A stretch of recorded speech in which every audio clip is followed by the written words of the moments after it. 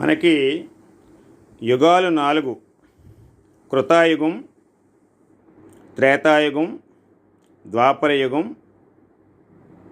కలియుగం.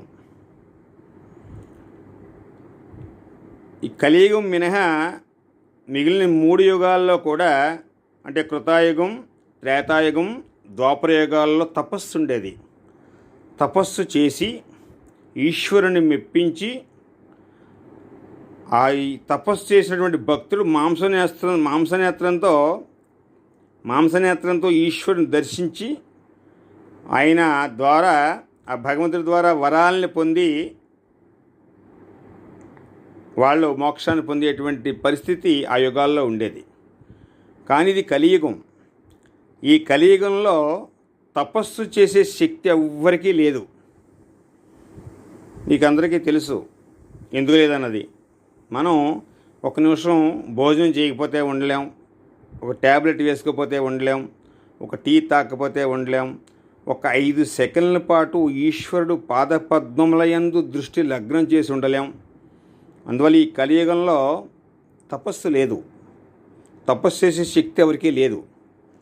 మరి ఎలా మానవుడు తరించాలి అంటే ఈ కలియుగంలో ఎలా అంటే, శాస్త్రం మాట చెప్పింది. ఏవేమి చేస్తే తపస్సు చేసిన ఫలితం మీకు ఇస్తారు అనేటువంటిది శాస్త్రం మనకు చెప్పింది. అవి ఏమేమి చేస్తే తపస్సు అనే దానికోసం మీకు చెప్పే ప్రయత్నం చేస్తాను.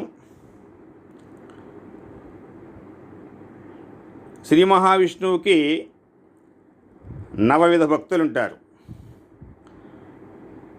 ఆ 9 విధ భక్తులు ఎలా ఉంటారు, ఆ యొక్క ఒక్కొక్క భక్తుడు ఒక్కొక్క దానికి అధిదేవతగా ఉంటాడు, ఒక్కొక్క దానికి ప్రతినిధిగా ఉంటాడు. ఒక్కొక్క భక్తుడు ఒక్కొక్క దానికి ప్రతినిధిగా ఉంటాడు. వాళ్ళు ఎలా ఉంటారు, అసలు ఇవి ఏంటి అనేటువంటిది మీకు తర్వాత వీడియోలో చెప్పే ప్రయత్నం చేస్తాను. జై గురుదేవ్.